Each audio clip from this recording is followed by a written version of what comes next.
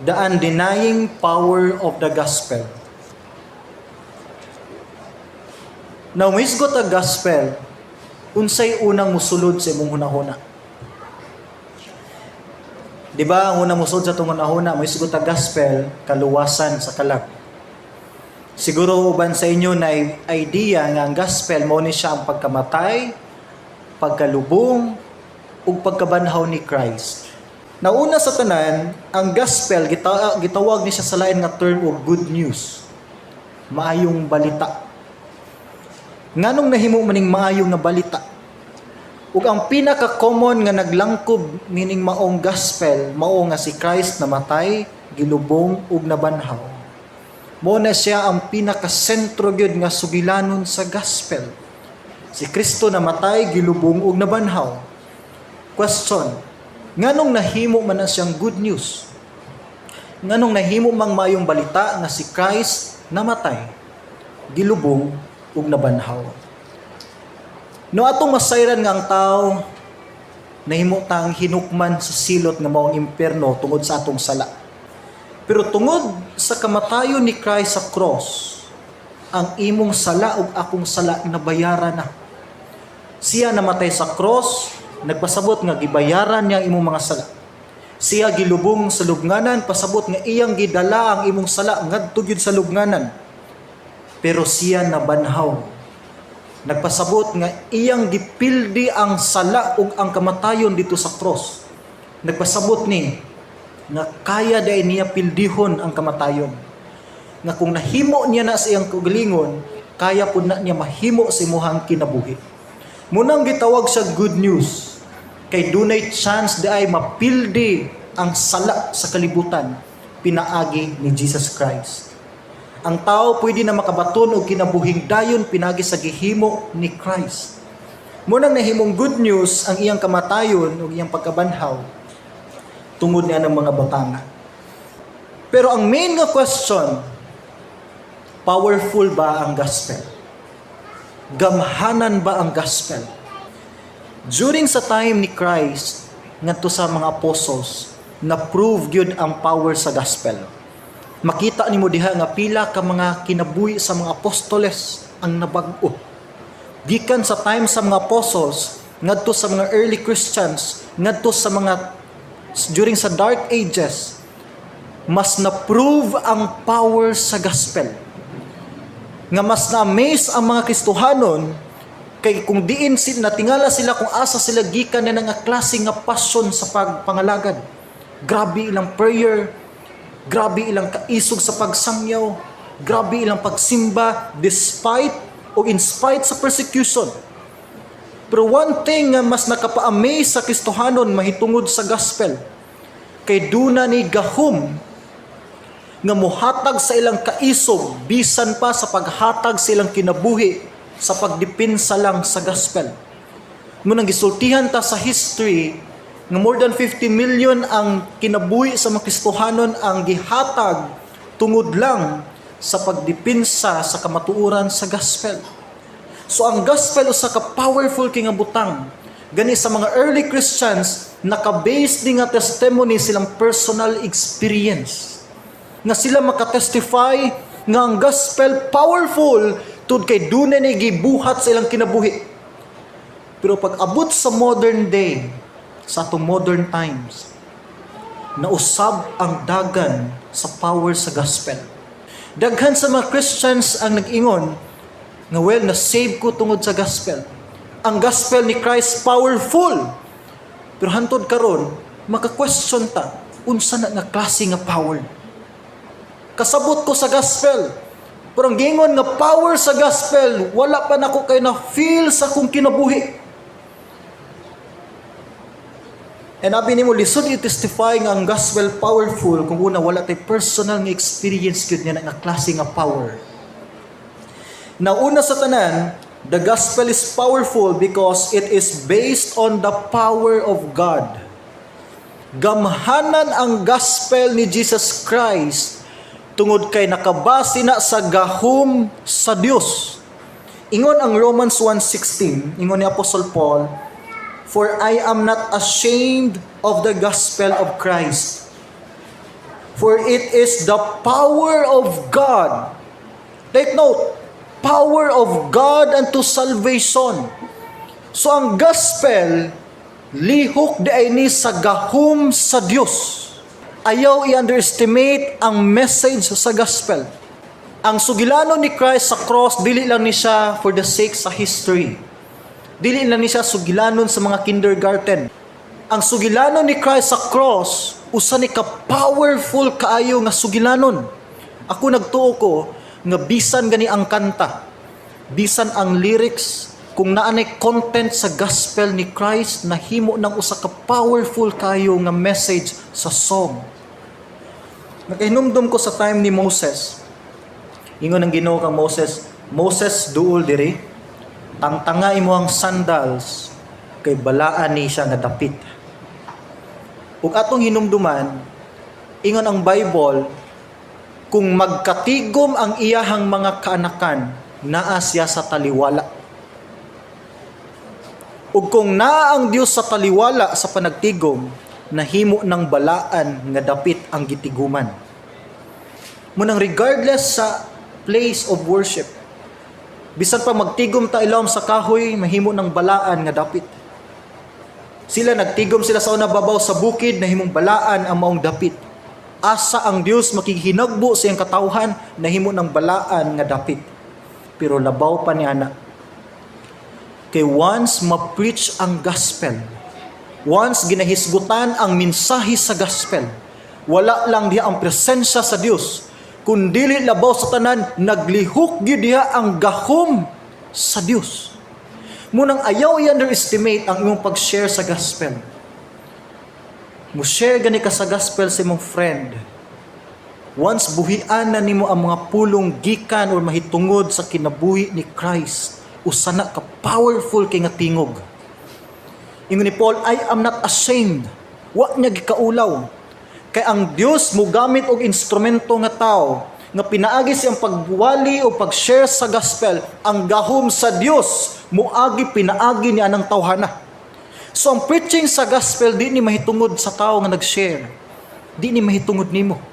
Bisan pagwa kay idea kay sa ubang mga butang, as long as kasabot ka sa gospel ni Christ nganong siya namatay, gilubong og nabanhaw, kana nga tingog nimo nahimo nang usa ka powerful kaayo sa naminaw.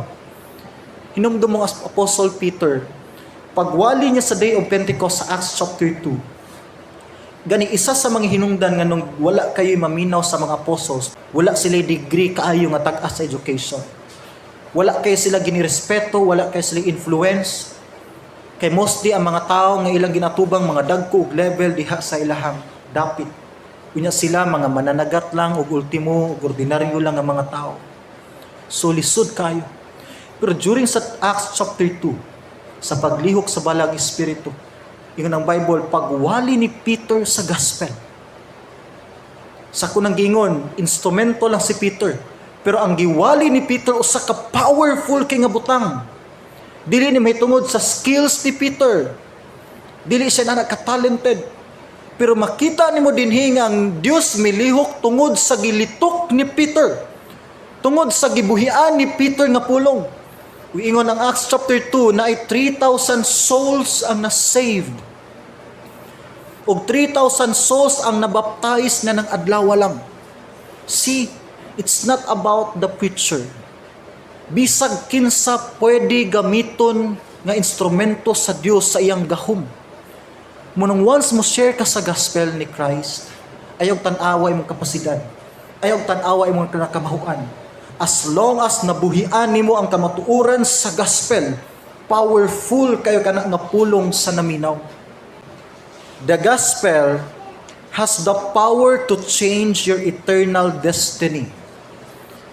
Ang gospel dunay kagahom nga muusab sa imuhang direksyon diha sa eternity. Now ang Bible nag-ingon nga ang tao makasasala, ug ang bayad sa sala kamatayon.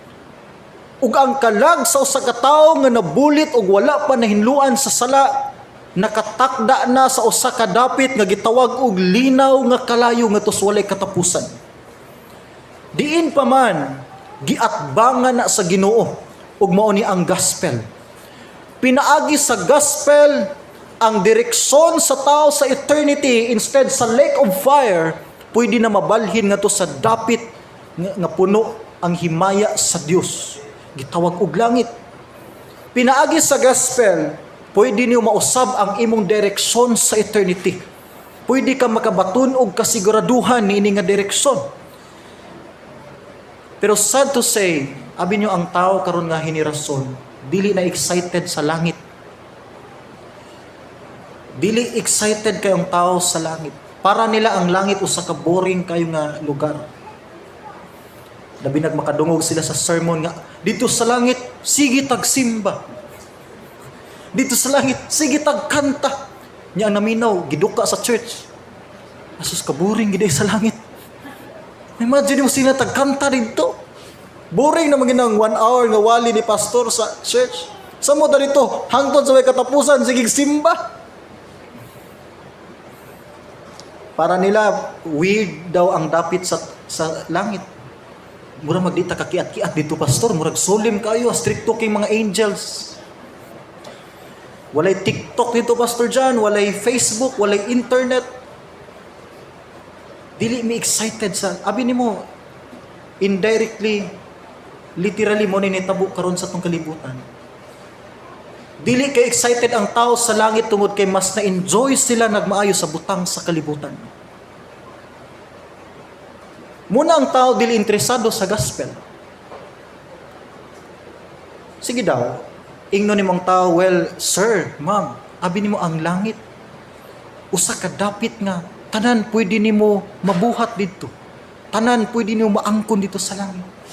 Tubagon ka sa usa ka tawo nga dato, well, sir, mo man akong kinabuhi ron. Muin ka, sir, ma'am, abi nimo ang langit, puno sa kalipay. Malipayon kay mga tao dito. Tubagon ka sa usa ka young people, sir, ma'am, mo man akong kinabuhi dinhi sa yuta. Malipayon kay ko dinhi.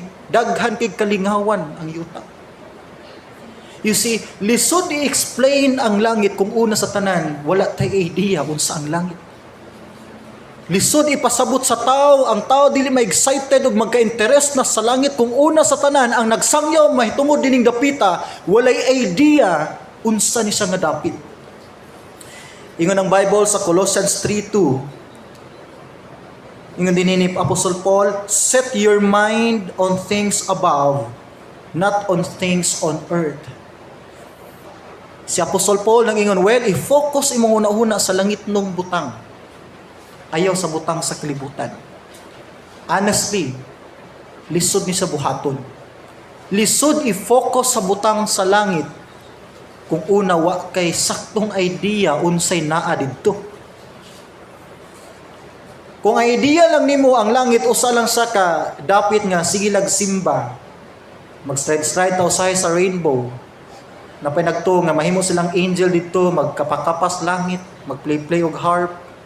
Grabe yung nagtuo ko nga ang langit beyond imagination na siya. Dili siya kaya i-explain sa kahuna lang sa tao.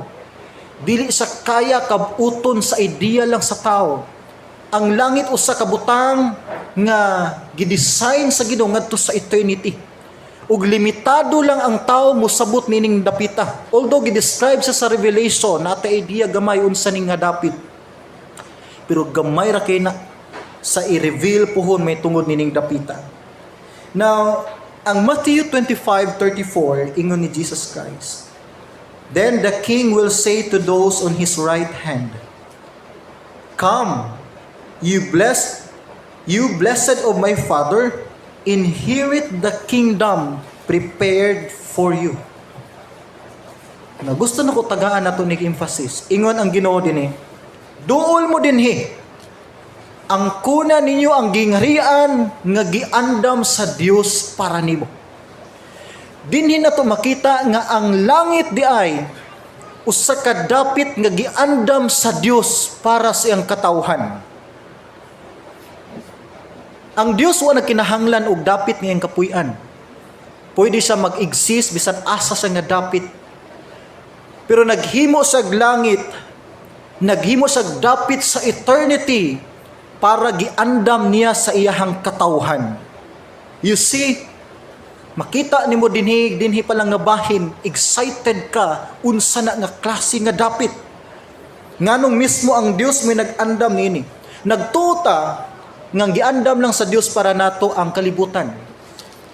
Na-inform ta pinagi sa Bible nga ang Dios naghimog kalibutan, gidesign niya ni para sa tao, para ma-share niya ang iyang gugma sa tao.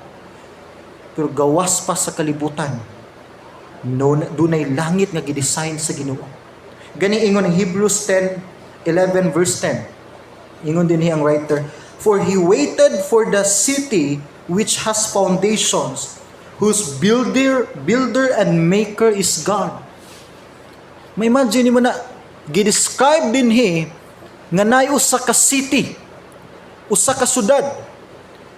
Ingon ang Bible nga one day sa eternity buhaton sa Ginoo ang bag-o nga langit, bag-o nga yuta o bag-o nga Jerusalem, bag-o nga syudad. Ug ingon ang Bible, ang nagtukod niini mismo nga syudad, mismo ang Dios. You see, gawas nga giandam ni sa Dios para sa iyang katawhan, siya mismo ang nag-design nini nga city. Siya mismo ang nagpanindot nini nga city. Tanan naka-base sa iyang standard, sa iyang level. Kung ma-amaze tag maayo sa wonder sa kalibutan, ma-amaze tag ita sa nature, ma-amaze na ta sa sunset, sa sunrise, ma-amaze tag maayo sa mga galaxies, sa mga Milky Way, sa outer space, unsa pa kaha ang klase nga syudad nga gidesign sa Ginoo para nato. Kung nindot na ang kalibutan nga gidesign sa nga temporary lang, how much more ang langit nga gidesign ngadto nas walay katapusan. Amen. Nagtuo ko nga ang langit wa gid totally gi-reveal sa Ginoo sa naa didto. Tud kay gusto niya nga magpabili ni nga usa ka surprise sa iyang katawhan. Usa ni ka surprise. Karon isa ni ka mystery. Misteryoso kay ni hantud karon. Di pa ni nato kaya tugkaron. Pero one day i-reveal niya ni nga klase nga surprise. Ug ang gospel ni Christ maoy tulay nga pwede ka makasigurado nini nga klase nga dapit. Pwede nimo siguraduhon sa imong kinabuhi nga dinhi padulong ang imong kalag puhon kung mopanaw ta dinhi sa yuta. Gani isa sa reason ngano kinahanglan nimo tinguhaon ang langit sa imong kinabuhi. Tud kay sakit kay nga dapit, ang dapit nga linaw nga kalayo. Ingon ang Bible nga dunay ulo dinhi nga dili mamatay sa kainit. Usa ni kadapit nga walay kalinaw, kalipay ug walay pahulay ang tao. Usa ni kadapit nga walay katapusan ang kalayo. Dili ka mamatay nini nga dapit. Walay hunong ang imong pag-ago sa kasakit. Pero ingon ang mensahe sa gospel, pwede ka makalingkawas nini nga klase nga dapit. Di nakakinahanglan mahadlok pa nini nga dapit tungod kay si Christ naghatag na og pamaagi, pagawas dinhi, pinaagi sa gospel ni Jesus Christ. Number 2, the gospel has the power to change lives. Ang gospel dunay gahom nga mubag-o og mga kinabuhi sa tao. The only enemy of the gospel is sin, ang sala. Gani pagsulod sa sala sa kalibutan, isa sa mga naapektuhan og maayo ang konsensya sa tao. Ingon ang 1 Timothy chapter 4 verse 1 and verse 2. Now the Spirit expressly says that in the latter times some will depart from the faith. Sa katapusan daw mga kapanahunan, daghan ang mubiya sa pagtuo. Ug ang latter times nagsugod ni sa time ni Christ. Sa ato pahangtod ni sa atong kapanahunan karon, kung sa time ni Christ kaulaw ihan nga mga adlaw, samot na karon. Ingon niya, giving heed to deceiving spirits and doctrines of demons. So sa katapusang mga adlaw, mas mugrabe di ay ang effort ni Satan o sa mga demons. Mas mugrabe sila ka-aggressive. Munang lantaran na karon ang pagkadautan sa tao. Gawas pa na, verse 2, speaking lies in hypocrisy, having their own conscience seared with a hot iron. Na ang word nga seared, ang pasabot ani is wala nag-function, patay. Ingon na Apostol Paul, sa katapusan ng mga adlaw, dili na mo function kaayo ang konsensya sa tao. Munang dili ta maka-question, munang mo tan-aw ta sa mga balita o mag-observe ta sa panghitabo sa tong palibot, ang tao grabe na kayo ka-immoral. Dili na mo bati og konsensya ang tao. Kaya na niya mo kitil o kinabuhi sa iyang isig ka tao. Gani ang mga kabataan sa ato generation, grabe na ka-disobedient sa ilang mga ginikanan. Dili na makonsensya, bisag unsaon lag pakonsensya sa ginikanan. Gani napoy mga ginikanan nga nagbaligya mismo sa dungog ug unod sa ilang mga kabataan. Dili na makonsensya sa ilang mga bata mismo. Pila ka mga spiritual leaders ang gigamit ang pangalan sa Ginoo tungod lang sa kwarta. Tungod lang silang kagulingong kalipay. Pila ka mga suicide bombers. Sunod ang suicide bombing sa atong nasod. Di na sila mubatig konsensya kung bata ba, buntis, tigulang ilang madamay sa ilang pag-suicide. Asa na ang konsensya sa tao? Gilamoy o giguba nagmaayo sa sala. Muna isa nga sa mga damages nga gihimo sa sala sa atong kalibutan. O gawas pa niya na tungod sa sala, daghag kaminyoon ang nabungkag. Daghag pamilya ang nabungkag. Daghag integridad ang nangaguba. Daghag self-image, daghang daghan ang mga young people nga nagacommit og suicide. Daghang mga pangandoy sa tao ang nangaguba na tungod mismo sa sala. Pero church atong hinumduman, dunay solusyon ning tanan. Pinaagi sa gospel ni Christ. Ang pagkamatay, pagkalubong o pagkabanhaw ni Christ, dako kayo gahom nga mubag-o sa kahimtang sa tao. Bisag unsa pa siya ka makasala, unsa pa siya ka nawad-an og paglaom, once tinud-anay niya masabtan ang minsay sa gospel, bag-uhon gid siya. Numdum ko ni John Wesley, nahimong known iyang pangalan sa 17th century. Isa siya ka preacher ug usa siya ka evangelist. Ingon pa niya, one time gikan siya sa isa ka Bible study. Ngit-ngit nga dalan, gitulis siya sa usa ka tulisan.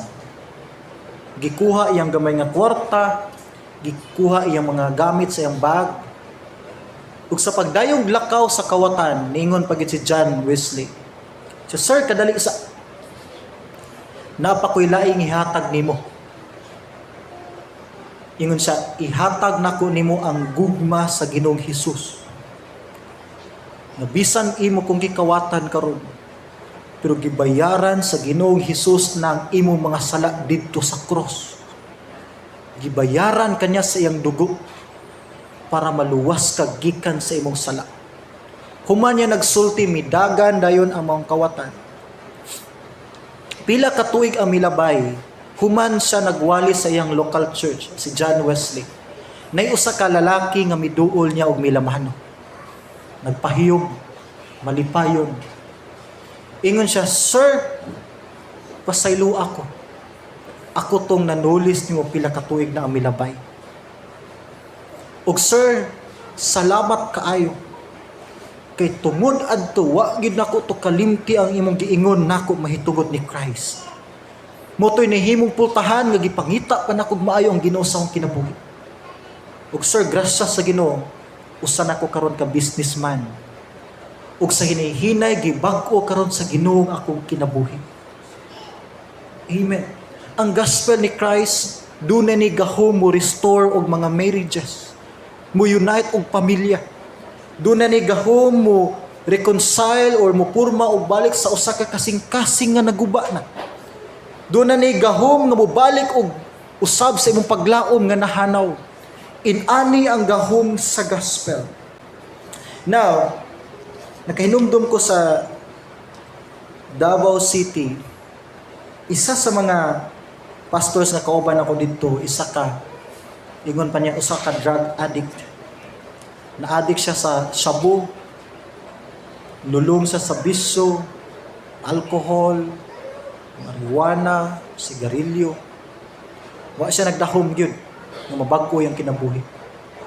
Pero sa time nga na-encounter niya si Christ, nasabtan niya ang message sa gospel ni Christ. Kalit kayo na bagko yung kinabuhi. Sa hinihinay, nakita niya yung direksyon. Unya to nga time, nahimo siyang pastor, kauban ako. Gani powerful kayo mga messages. Every time mo message siya nga to sa mga piniriso, nga to sa mga tao nga pareha po niyang background, makatestify siya nga giunsa ko usab sa Ginoo. Kung nausab ko sa Dios, kaya po niya bag-uhon ang imong kinabuhi. Hinumdum po ko sa usa ko sa mga higala nga pastor. Dati siyang rugby boy diya sa Colon. Na-share naman nako ninyo. Rugby boy sa Colon. Snatcher. Matulog lang na skilled magkarton. Pero sabi nyo, nasabtan niya ang gospel, pinaagi lang sa isa ka tracks. Pagmata niya pagkabuntag na ay tracks na siyang higdaanan o iyan yung gibasa. Ug motoy ni ablis ang unang-huna. Nga gipangita pa niya maayo kinsa gid na si Christ sa iyang kinabuhi. Karon na master, isa sa mga dapit sa Cebu City. Church, wala imposible sa Ginoo. Ug ang Ginoo nag-provide og pamaagi nini pinaagi sa pagdawat nimo ni Christ sa imong kinabuhi, isip personal nimo nga manluluwas. Hinumduman akong isa ka Christian nga band. Ang ngalan sa ilang banda gitawag ni sila Redeemed. Nga bisan ilang pamilya, wa gid nakabag-o nila. Kapila na sila nagasulod gawa sa prisuhan, wa gid gihapon sila napag. Bisan ang gobyerno wala nakausab silang kinabuhi. Bisan daw ang simbahan wala nakausab sa ilang kinabuhi. Ug bisan naa na sila sa Muntinlupa, wa gihapon nausab ilang kinabuhi. Pero sa time nga nakadungog sila sa gospel ni Jesus Christ, ingon pa nila, gibag-o sa Ginoo ang ilang kinabuhi. Di sila katuo nga sa tanan nilang giagian, sa tanan nilang pagkadautan, ang gospel rin ni Christ may makabag-o silang kinabuhi. Ug mo nang nahimo ang ilang banda sulod sa Muntinlupa, sa prisuhan. Ug mostly sa ilang mga songs, testimony sa ilahang pagtuo sa Ginoo. Kung gusto kag kabag-uhan sa imong loved ones, share sa gospel. Nasayod ko nga na kay mga tinguha para sa imong partner sa kinabuhi, sa imong bana o sa imong asawa. Kung gusto nimo mabag-o yang kinabuhi, mahimo siyang faithful nimo, i-introduce ang gospel sa iyong kinabuhi. Kung gusto ka mahimong respectful imong mga silingan nimo, di guro maayo ilang kinaiya, hagda sila Bible study, share sa gospel. Kung nakay kaila nga usa ka higala nga lulong sa droga, kung gusto nimo luwason iyang kahimtang niya nga klase nga kahimtang, share siya sa gospel. Tanan wa gi imposible sa Dios once ang gospel mahimong foundation. Kung nakay usa ka pamilya nga gusto nimo luwason gikan sa pagbahin-bahin, share sa gospel ni Jesus Christ. Doon na ni gahom mo bag-o og kinabuhi sa tao. Muna ang pinakasolusyon sa tanang problema karon sa ato ang kalibutan, sa atong palibot, ang gospel ni Christ. Ang gospel, ang mayong balita sa atong Ginoong Hesus. Number 3, the gospel has the power to change a nation. Ang gospel ni Christ doon na ni gahom nga mubag-o o usa ka nasod.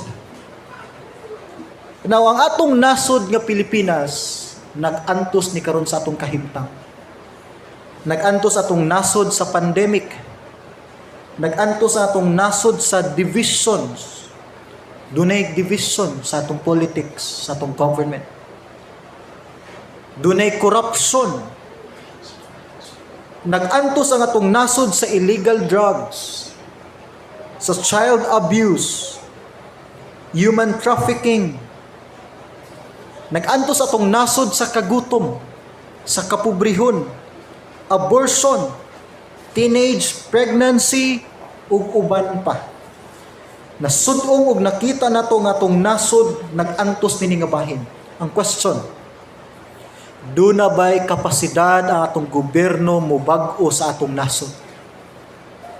Ingon ang uban, well, ang solusyon kung naalang tatay sakto nga gobyerno, mausab gini atong nasod. Ingon ang uban, kung naalang tay trabaho ang matag Pilipino, mausab niya atong nasod. Napoy advice sa uban, well, makig-alliance lang ta sa dagko nga mga nasod. Mausab niya atong nasod. Pero tinuod, walay kapasidad ang tao mo bag-o ug usa ka nasod. Gawas kung ang Dios mo'y mo pataliwala ug mulihok niini. Walay kapasidad ang atong nasod, ang atong gobyerno mo bag-o sa iyang kagalingon. Gawas kung ang Dios mo'y mo intervene ug mulihok sa taliwala. Ang problema sa atong nasod o problema sa matag nasod, usa ni ka spiritual nga problem. Isa ni ka spirituhanon nga problema. Tungod ni sa usa ka hinungdan nga gitawag og sala. Ang sala sa tao mo'y hinungdan nga ang Dios nagahatag og mga pagpahimangno ug hukom sa iyahang o sa matag usa ka nasod. Ingon ang secular, dunay upat ka elemento para mahimo ang usa ka nasod. Dapat dunay territory. Dapat dunay population na mga tao. Dapat dunay panggobyerno. Ikaupat, dapat naay soberenya. Once na aning upat, qualified na ka mahimong usa ka nasod. Yes, ang nasod pwede maglungtad niya ng upat ka elemento. Pero dili ma-deny nga ang kusog sa nasod naa lang gyud diha sa Ginoo. Once ang Dios absent sa usa ka nasod, usa na kahuyang ug guba kaayo nga nasod. Now nakahinumdum ko sa time sa Old Testament, ang Ginoo naghatag sa warning sa Sodom and Gomorrah nga city. Ingon siya, kung dili sila maghinulsol sila mga sala, paulanan ako sila kalayo ug mga bato. Gigamit na si Abraham. And then, nausab ang deal sa diyang Diyos. Si Abraham nagigstorya sa Diyos, nausab ang deal. Ingon ng Diyos, okay, kung naa kay makit-an nga mga mahinudlukon nako, dili nako sunugon ang maong syudad. Take note. Ingon ang Ginoo, kung naa kay makit-an diha nga mga Diosnon nga mga tao, dili nako sunugon na nga syudad. Kay balo ba mo nga dako kay part ang mga Kristohanon sa usa ka nasod? Well, daghan naman tagreklamo kay atong nasod ni agi og mga kalamidad, ng buto ang bulkan, naglinog dinhi, linog dito, baha, El Nino, bagyo. Pero sultihan mo, kung wala pa'y Kristohanon nini nga nasod, ambot unsay ninawong sa Pilipinas. Isa sa hinungdan nga nung gipugan pa sa Dios ay ang judgment sa usa ka nasod for the sake sa mga Kristohanon. Dako kayog part ang mga Christians sa usa ka nasod. Isa ta sa nahimong kusog ug haligi sa usa ka dapit. Munang nangadto si Abraham, nangita siya bisag napulo lang ka mga Diosnon nga tao. Ingon ang Bible, wala siya nakit-an bisan ang pamilya sa pagumangkon nga si Lot. Hinungdan nga gisunog sa Dios ang maong syudad. Si Jonah ang gigamit sa Dios para sa Nineveh. Ingon ang Dios kang Jonah, okay, Jonah adto ang kining dapita. Kay kung dili ni sila mo hinulsol sa ilang mga sala, gubaon nako ni nga syudad. Sunugon nako ni nga syudad. Ug niadto si Jonah. Take note, ang Dios kanunay gid mo gamit og instrumento. Kung nagtinguha tag revival kausaban sa tong nasod, mugamit gud siyang tao ug walay lain. Ikaw ang mga anak sa Dios. Didto si Jonah pagwali niya sa repentance sa maong dapit. Ang nakanindot lang nining maong Nineveh kay nihinulsol sila sa ilang mga sala. Nibalik sila sa Ginoo ni anang adlaw sa preaching ni Jonah. Hinungdan nga wala nahatag sa Dios ang iyang judgment para nila. Dunay 5 kabutang nga makatuna nako nini. Una, gusto sa Dios matuboy iyang pangalan sa usa ka nasod. Gusto gina sa Dios. Hate sa Dios ang nasod nga nagbaton og daghang mga Dios nga gialagaran. Gusto niya nga iyang pangalan nang ang mapasidunggan. Ikaduha, gusto sa Dios og usa ka intimate nga relationship niya nga nasod. Munang from time to time constant siya nag-remind sa Israel. Ginamonitor niya ang matag nasod. Gusto sa Dios nga doon na siya close nga relasyon niya nga nasod, matag usa ka nasod. Ikatulo nga butang nga tumakatunan, ang Dios mo protekta sa usa ka nasod once daghan ang iyang mga kaanakan nga naa diha. So may imagine nimo kang usa ka nasod once gamay ra ang mga Kristohanon, unsa na kay ugma na nga klase nga nasod. So isa sa naghatag og proteksyon sa usa ka nasod ang mga Kristohanon.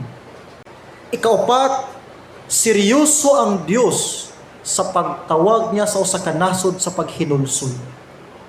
Seryoso siya. Gitawag niya ang nasod nato sa paghinulsol. Ug seryoso siya ninimbutanga. Sa time nga wa naghinulsol ang Sodoma ug ang Gomora, gipaulanan niya kining kalayo. Ug ang paglaom sa tong nasod nga makahinulsol ang tao sa ilang mga sala, mahimot ang Abraham para nila. Mahimot ang Jonah para nila. Ang kalima nga makita na ko dinhi, seryoso ang Dios sa pagtawag sa iglesia sa pagsangyaw sa maayong balita. So matagpatay nga nakita nato dias palibot, matagguba nga nakita nato sa tung nasod, pagpahinumdum ni sa Dios sa iglesia. Sama ra giningon Dios, okay, nakita ninyo ang guba karon sa iyong nasod. Tungod kay wala na kaayo mo nagpakabana sa pagpahinmanok kanila. Muna kung di na to masugdan sa atong kagulingong banay, sa kagulingong silingan, sa kagulingon nga makaliwat, unsa pa ka ang pag-reach out sa atong syudad o sa atong tibok nasod.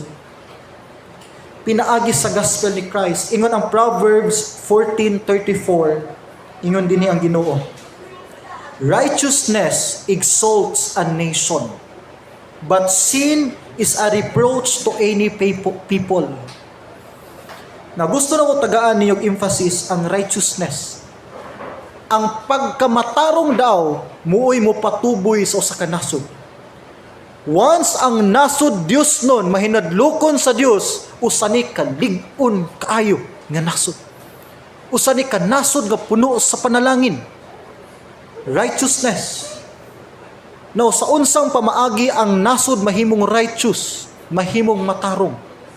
Genesis 6:9, Noah was a righteous man, blameless in his generation. Noah walked with God. Now, makita na to din higion sa pag-describe ang pagka-righteous ni Abraham o ni Noah. Ingon ang Bible, he was a blameless person.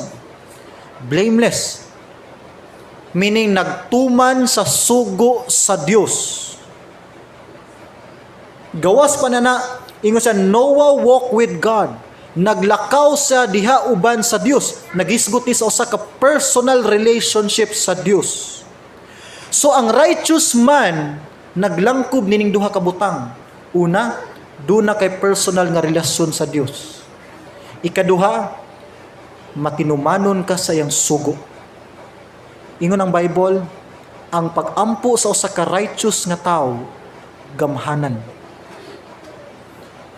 Ang pag-ampo sa usa ka righteous nga tawo dunggon sa Dios. Ang pag-ampo sa usa ka nasod nga mahinudlokon sa Dios, dunggon sa Dios. Meaning, the only way nga ang nasod makabaton og personal relationship diya sa Ginoo pinaagi sa gospel. Sa gospel, tanan magsugod. So, ayaw i-underestimate ang power sa gospel. Dinhi tanan magsugod, ug gani dinhi tanan matapos. Once siradaan sa Ginoo ang bintana ug pultihan sa gospel, dinhi magsugod ang walay katapusang kasakit sa tao. Sadang gisiradaan sa Dios ang Noah's Ark, Gisirado sa Dios ang pultahan, ingon ang Bible nga ang Dios mismo mo'y nagsirado nini. Bisag unsaon pagpanuktok sa mga tao nga gilamoy na sa baha. Wa nay mahimo si Noah para ablihan nig usam. You see, usa ka dako kay nga mensahe ang gospel sa tong kinabuhi.